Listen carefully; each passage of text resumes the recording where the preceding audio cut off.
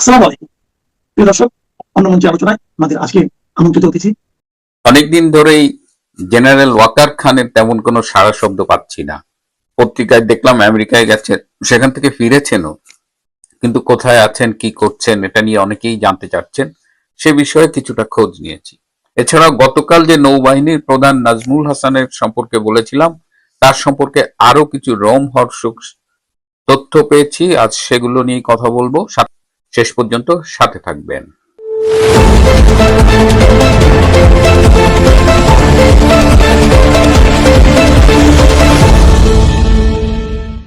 আসসালামু আলাইকুম এবং আদাব। যে কথা দিয়ে শুরু করেছিলাম, সেনাপ্রধান জেনারেল ওয়াকার খান এখন কোথায়, খোঁজ নিয়ে জানতে পারলাম এই মুহূর্তে তিনি মালয়েশিয়ায় অবস্থান করছেন এবং মালয়েশিয়ায় বর্তমান বাংলাদেশের প্রধানমন্ত্রী তারেক রহমানের প্রতিনিধি হিসেবে তিনি একটি সমরাস্ত্র প্রদর্শনীতে অংশগ্রহণ করছেন। তিনি প্রদর্শনীতে সেখানে বিভিন্ন দেশ, বিভিন্ন অস্ত্র উৎপাদনকারী কোম্পানির এজেন্ট, তারা তাদের সমরাস্ত্রের মডেল এবং সমরাস্ত্র প্রদর্শনীতে অংশগ্রহণ করছে এবং সেখানে আমাদের জেনারেল ওয়াকার খান গিয়েছেন এবং তিনি পাকিস্তানি একজন এজেন্টের সমরাস্ত্রের ব্যাপক প্রশংসা করেছেন। আমরা খোঁজ নিয়ে জেনেছি সেই পাকিস্তানি এজেন্টের অস্ত্রগুলো আসলে মেড ইন চায়না। চায়নার অস্ত্র অনেকে সরাসরি কেনে, আবার অনেক দেশে চায়নার প্রতি কেনার ব্যাপারে কিছু সমস্যা আছে, তখন তারা তৃতীয় কোনো এজেন্টের মাধ্যমে অস্ত্র বিক্রি করে এবং চায়নার অস্ত্রের অন্যতম এজেন্টরা কিন্তু পাকিস্তানের সক্রিয়। সুতরাং বাংলাদেশ সরাসরি চীনের কাছ থেকে না কিনে ওই পাকিস্তানি এজেন্টের মাধ্যমে অস্ত্র কেনার একটা পথ খুঁজে পেয়েছে এবং এই ব্যাপারে আমি আগেও কথা বলেছি। বাংলাদেশে একটি ডাইং ফ্যাক্টরি আবার সেখান থেকে বাংলাদেশের কমিশনের পার্টটা দেখছে। তো এটা ইন্টারেস্টিং হলো এই মুহূর্তে জেনারেল ওয়াকার খান তারেক রহমানের প্রতিনিধি হিসেবে মালয়েশিয়া সফররত। এখন বাংলাদেশ যখন ক্রমশ চীনের দিকে ঝুঁকছে এবং চীনের অস্ত্র পাকিস্তানের মাধ্যমে কিনছে, এটি কিন্তু আমেরিকার, বিশেষ করে বাংলাদেশের যিনি মার্কিন রাষ্ট্রদূত রয়েছেন ব্রেন ক্রিস্টেনসেন, তার জন্য কিন্তু যথেষ্ট উদ্বেগের বিষয়। কিন্তু আগেও বলেছি তিনি এই অঞ্চলে, বিশেষ করে বাংলাদেশে চায়নার প্রভাব কমানোর মিশন নিয়ে কিন্তু বাংলাদেশে এসেছেন। কিন্তু এখন যেদিকে হাওয়া প্রবাহিত হচ্ছে তাতে খুব স্পষ্ট দেখা যাচ্ছে যে ব্রেন ক্রিস্টেনসেন তার যে মূল মিশন সেটি সম্ভবত ফেল করছেন বা সেই লক্ষণ দেখা দিচ্ছে। ব্রেন ক্রিস্টেনসেনও কিন্তু বসে নেই। রাজনীতির এটাই একটা চার্ম, কিন্তু এটাই ঝুঁকি যে রাজনীতিতে আজকে যে আপনার বন্ধু, কালকে সে আপনার বন্ধু থাকবেই এমন কোনো কথা নেই। আমেরিকা বাংলাদেশে তাদের যে স্টেক হোল্ডার আছে, তাদের যাদের যাদের সাথে সম্পর্ক ছিল সেগুলো নিয়ে তারা নতুন করে ভাবছে। এটি আমাকে নিশ্চিত করলেন। আমি বলেছিলাম যে আমেরিকায় আমার একটি সোর্স রয়েছে এবং তার সাথে ব্রেন ক্রিস্টেনসেন দু তিনটে স্টেশনে কাজও করেছেন। যাই হোক, যারা জানতে চাইছিলেন তাদের জন্য এটাই হলো জেনারেল ওয়াকার খানের আপডেট। এবং আমি জিজ্ঞেস করেছিলাম যে জেনারেল ওয়াকার খান কি তার টেনিউর শেষ করতে পারবেন কিনা। তা আমাকে বলা হয়েছে যে জেনারেল ওয়াকার খান ডিপ স্টেটের লোক, আমেরিকার পক্ষ থেকে একটা রেজিম চেঞ্জে অংশগ্রহণ করেছে, তো তারেক রহমানের সরকারের সেই ক্ষমতা নেই তাকে স্পর্শ করার। যাই হোক, আমি গতকাল যেটা বলছিলাম, নৌবাহিনীর প্রধান এই নাজমুল, অ্যাডমিরাল নাজমুলকে নিয়ে। নাজমুল একটা বিশেষ শিক্ষা প্রতিষ্ঠানের ছাত্র ছিলেন এবং সেখান থেকে তিনি বিএমএ 13 লং কোর্সের সমসাময়িক ব্যাচ। ওয়াকার এবং নাজমুল এরা একই ব্যাচের, একজন নেভির, একজন আর্মি। এই নাজমুলের আরো কিছু বন্ধু রয়েছে, তার মধ্যে একজনের নামের প্রথম অক্ষর ডাব্লিউ, আর একজনের নামের প্রথম অক্ষর কে। ডাব্লিউ আর্মিতে ছিল, রিটায়ার করেছে, কে এয়ারফোর্সের। কে আবার ইউনূসের পররাষ্ট্র উপদেষ্টা তৌহিদ হোসেনের ছোট ভাই।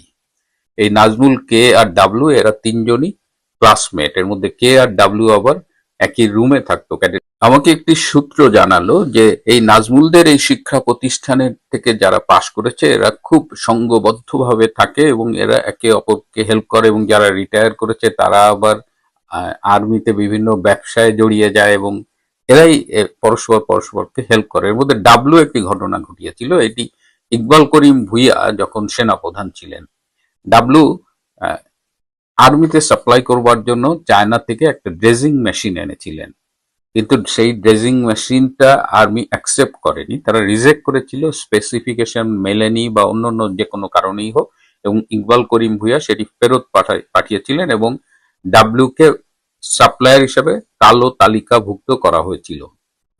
আর্মির এইসব ইম্পোর্টেড জিনিসপত্র যেহেতু ট্যাক্স ফ্রি হিসেবে আসে, সুতরাং এটা যখন রিজেক্ট হয় তখন এটা নিয়ম হলো যে সোর্স কান্ট্রিতে এটা ফেরত পাঠানো হয়। সেক্ষেত্রে ডাব্লিউর উচিত ছিল এটি চায়নায় ফেরত পাঠানো, কিন্তু সেটি না করে ডাব্লিউ সেই ড্রেজিং মেশিনটা বাংলাদেশের লোকাল মার্কেটে বিক্রি করেছেন এবং সেই ড্রেজিং মেশিন এখন সিলেটে ফাংশনিং, এবং এই বিক্রি করে ডাব্লিউ 20 কোটি টাকার কমিশন নিয়েছেন এবং এর যে মূল প্রাইস সেটি চায়নার কোম্পানিকে দিয়ে দিয়েছেন। সেই ডাব্লিউ এখন প্রচন্ড প্রতাপের সাথে আর্মিতে ব্যবসা করে যাচ্ছে। ওই কে ডাব্লিউ এরা সবই বিভিন্ন রকমের ব্যবসা করছে। এই শিক্ষা প্রতিষ্ঠানের একজন ছিলেন মেজর জেনারেল হুমায়ুন, যিনি 13 বিএমএ লং কোর্সের সিনিয়র আন্ডার অফিসার, এবং তিনি মেজর জেনারেলের পরে আর লেফটেন্যান্ট জেনারেল হতে পারেননি। এটা নিয়ে ওই নাজমুলদের ওই কলেজের যারা অফিসার ছিলেন তারা ভীষণ ক্ষুব্ধ ছিলেন। আবার এই ডাব্লুকে হেল্প করেছে তারই কলেজের এক বড় ভাই, যিনি একসময় এনএসআই এর মহাপরিচালক ছিলেন। এই নাজমুল সম্পর্কে আমি আরো কেন কথা বলতে চাই এবং কেন গতকাল যেহেতু আমি নাজমুলকে নিয়ে কথা বলেছি এবং তারপরে আমি বেশ কিছু ইনফরমেশন পেয়েছি এবং আমাকে আরো কিছু এভিডেন্স পাঠানো হবে বলে আশ্বাস দেওয়া হয়েছে। এই নাজমুল এই যে 2024 সালের জুলাই আগস্টের যে রেজিম চেঞ্জ, এই রেজিম চেঞ্জের অন্যতম কি প্লেয়ার্স। আমরা তো সব দোষ জেনারেল ওয়াকার খানের ঘাড়ে দিচ্ছি। ওয়াকার খান দায়িত্ব নিয়েছে, তার 2 মাসও লাগেনি, তার মধ্যেই এই রেজিম চেঞ্জের এই জঙ্গি অভ্যুত্থান এগুলো হয়েছে, কিন্তু এর সাথে অনেক দিন ধরে জড়িত এই অ্যাডমিরাল নাজমুল। এই নাজমুল 4 অগস্ট শেষবারের মতো ওয়াকারকে গিয়ে আশ্বস্ত করেছে যে তারা এটা করবে, নেভি তার সাথে আছে। আপনারা যারা জেনারেল ওয়াকারকে ব্যক্তিগতভাবে চেনেন তারা জানেন যে এই মানুষটা পার্সোনাল লাইফে বেশ ইনডিসাইসিভ। সেনাপ্রধান হবার মতো যোগ্যতা তার নাই, এটা আমি আগে অনেকবার বলেছি। একটা মধ্যমানের সেনা অফিসার, যে কোনো কারণেই হোক সেনাপ্রধান হয়েছেন এবং যে কোনো সিদ্ধান্ত নেওয়ার আগে খুব ইনডিসিশনে তিনি ভোগেন। তো এরকম আগস্টের 5 তারিখের আগেও তিনি বেশ ইনডিসিশনে ভুগছিলেন এবং নাজমুল তার পিঠ চাপড়ে দিয়ে বলেছেন যে আমরা আছি বন্ধু, তারা একই ব্যাচের। এবং নাজমুল, আমি গতকালও বলেছি যে নাজমুল এই জুলাই আগস্টের আগে থেকেই সিরিজ অফ মিটিং করেছে এবং প্রত্যেকটা মিটিং তিনি করতেন চিটাগাঙে, এবং এই মিটিং গুলো তিনি করতেন বিদেশি ব্যবসায়ীরা তার কাছে ডিপ স্টেটের এজেন্টরা আসতো ব্যবসায়ী পরিচয়, এবং চিটাগাং খুব সেফ জোন নেভির জন্য, বিশেষ করে বোট ক্লাব এবং রেডিসন হোটেল। তো নাজমুল খুব ক্রিমিনাল, এবং গতকাল যে নাজমুলের দুর্নীতির কথা বলেছি সেই দুর্নীতির কেসটা কিন্তু ইনিশিয়েট করেছিল ইউনূসের ইন্টারিম গভর্নমেন্ট। কেন ইউনূসের ইন্টারিম গভর্নমেন্ট এই কেসটা ইনিশিয়েট করেছিল? সম্ভবত তাদের মধ্যে কমিশনের লেনদেন নিয়ে একটা ঝামেলা হয়েছিল। তো এই নাজমুলকে আমরা যেন মানে কোনো স্পেস না দিই। আমাদের মনে রাখতে হবে যেহেতু এখন রেজিম চেঞ্জের কি প্লেয়ারদের আইডেন্টিফিকেশন চলছে, তো এই সুবিধার্থে নাজমুলের কথাটাও বললাম যে নাজমুল অনেক দিন ধরেই সে একটা গ্রুপ মেনটেন করছে এবং তার ক্রিমিনাল অ্যাক্টিভিটিস গুলো চালাচ্ছে এবং তার বন্ধু তার পরিচিতদের ব্যবসা দিয়ে ব্যাপকভাবে লাভবান করছে এবং তিনি নিজেও এর থেকে তার কমিশনটা পাচ্ছে। এবং দুর্ভাগ্যজনক হলো যে এই নাজমুল আওয়ামী লীগ আমলেই নৌবাহিনীর প্রধান হয়েছেন। এবং আমি একটু খোঁজ নিয়ে জানলাম যে আওয়ামী লীগের বিরুদ্ধে ষড়যন্ত্রকারী, এবং এই নাজমুল যে কলেজটার থেকে ইন্টারমিডিয়েট পাশ করেছেন সেই কলেজের পুরো গ্রুপটা শেখ হাসিনা সরকারের বিরুদ্ধে মানে মোরলেস কাজ করেছে। তো আর্মিতে যারা দেখভাল করতেন তারা কি এগুলো আইডেন্টিফাই করতে পারেনি? আমাকে জানানো হয়েছে যে এই নাজমুল গংদের ব্যাপারে আগের সরকারকে, শেখ হাসিনা সরকারের যথাযথ ব্যক্তিদের মানে সময় মতো ওয়ার্ন করা হয়েছিল, কিন্তু যে কোনো কারণেই হোক তারেক সিদ্দিকীরা এই বিষয়গুলো গুরুত্বের সাথে নেয়নি এবং যার ফলে আজকে মাসুল দিতে হচ্ছে কেবলমাত্র আগের সরকার বা আওয়ামী লীগকে নয়, সারা দেশ আজকে মাসুল দিচ্ছে।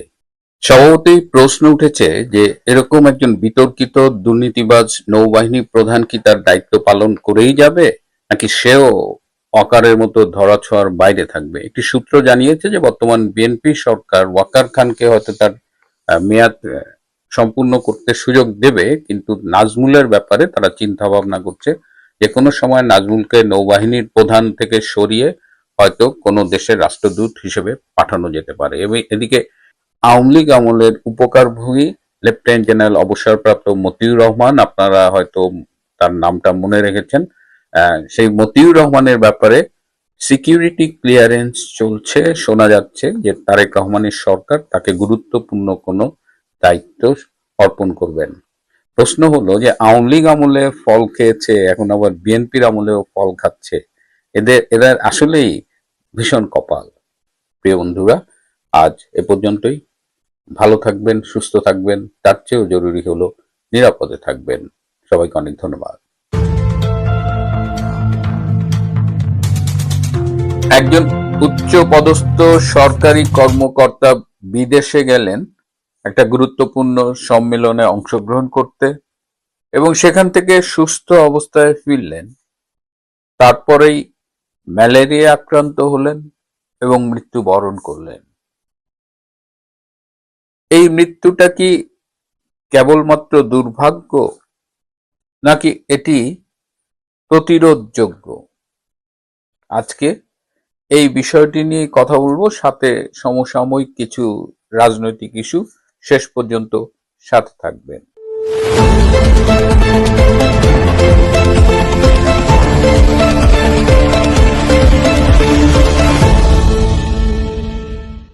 গত ২৬শে মার্চ থেকে ২৯শে মার্চ পর্যন্ত ক্যামেরুনে বিশ্ব বাণিজ্য সংস্থার একটা গুরুত্বপূর্ণ সম্মেলন অনুষ্ঠিত হয়েছিল এবং সেখানে বাংলাদেশ সরকারের পক্ষ থেকে বাণিজ্য সচিব মিস্টার মাহবুবুর রহমান অংশগ্রহণ করেছিলেন।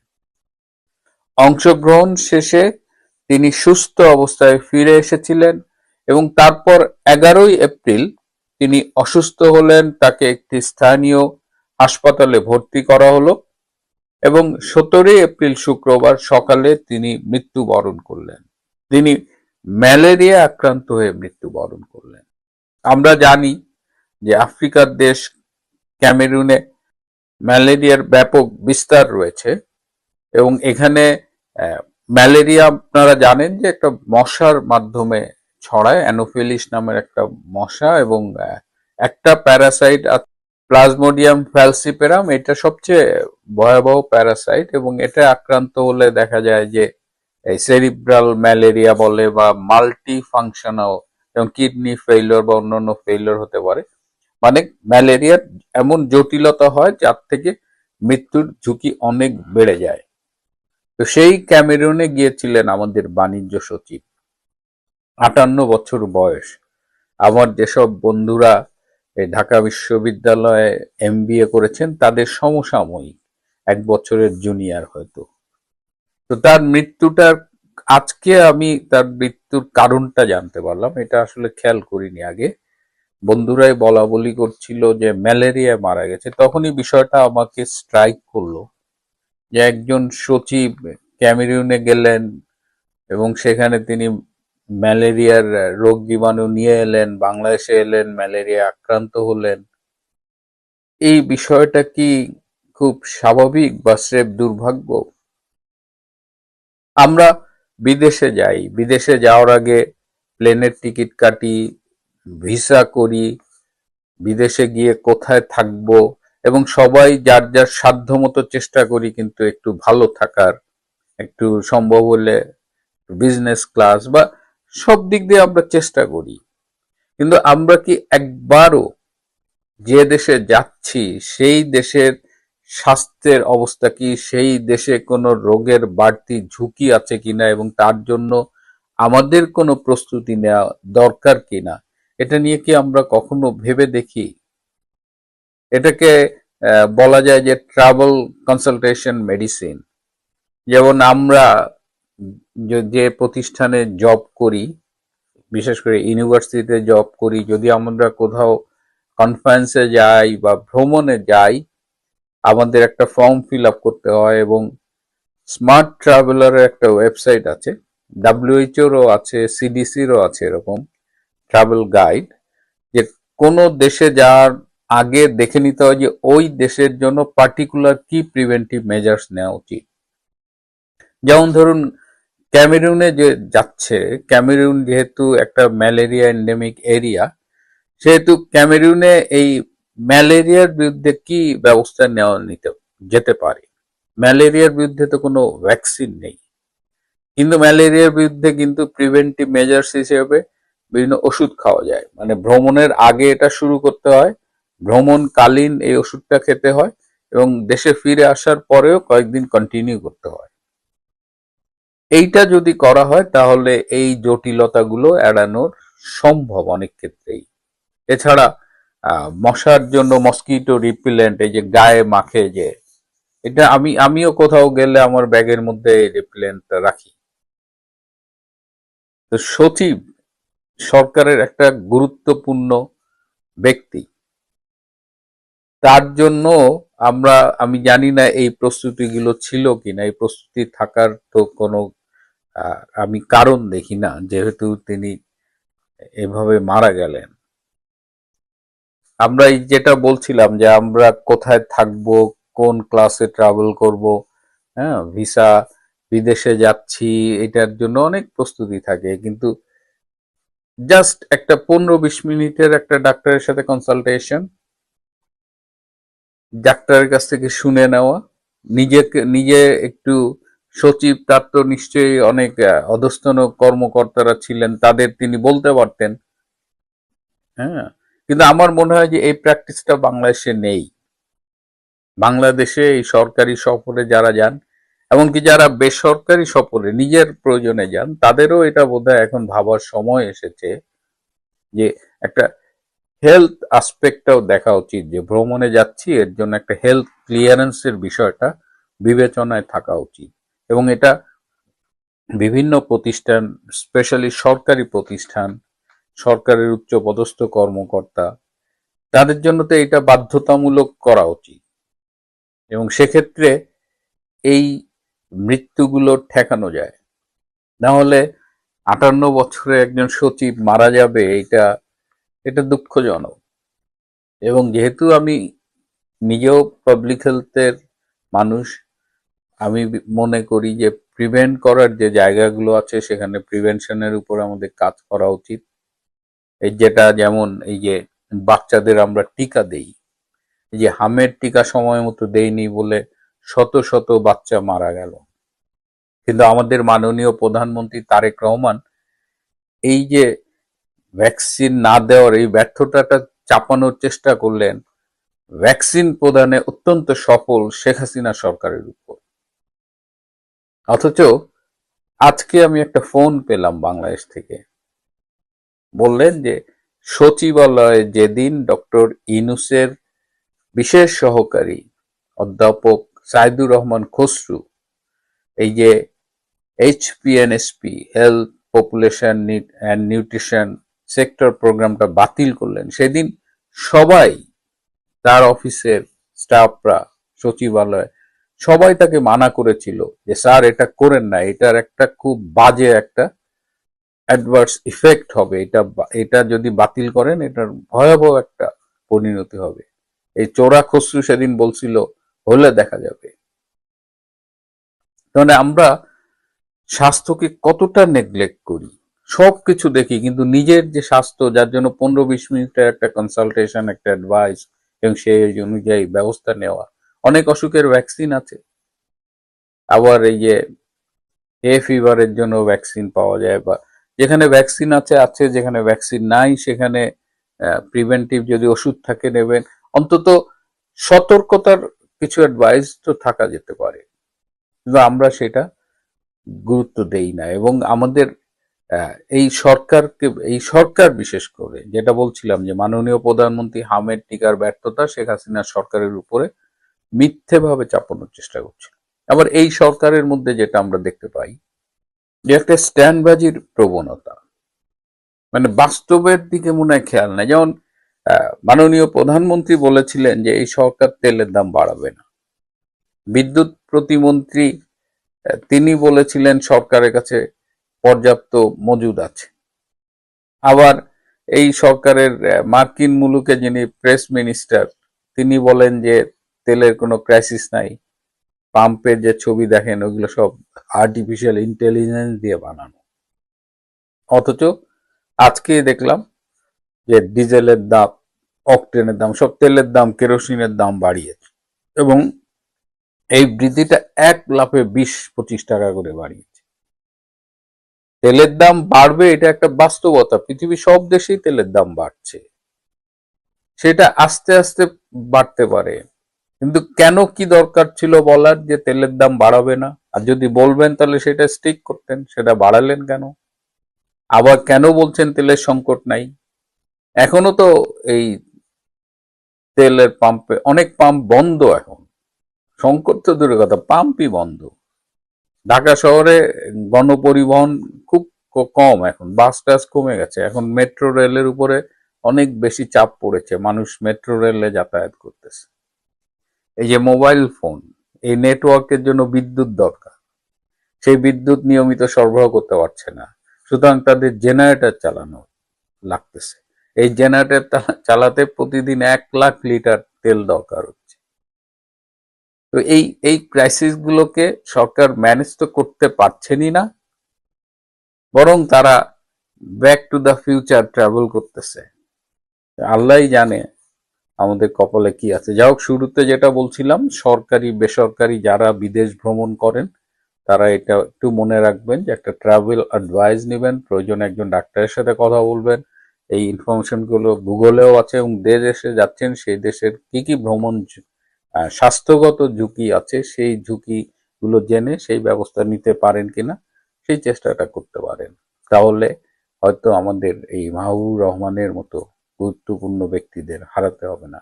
আমরা সব ভালোবাসি নিজেকে ছাড়া, সবকিছুর ব্যাপারে খেয়াল রাখি নিজের স্বাস্থ্য ছাড়া। প্রিয় বন্ধুরা, আজ এ পর্যন্তই। ভালো থাকবেন, সুস্থ থাকবেন, তার চেয়েও জরুরি হলো নিরাপদে থাকবেন। সবাইকে অনেক ধন্যবাদ।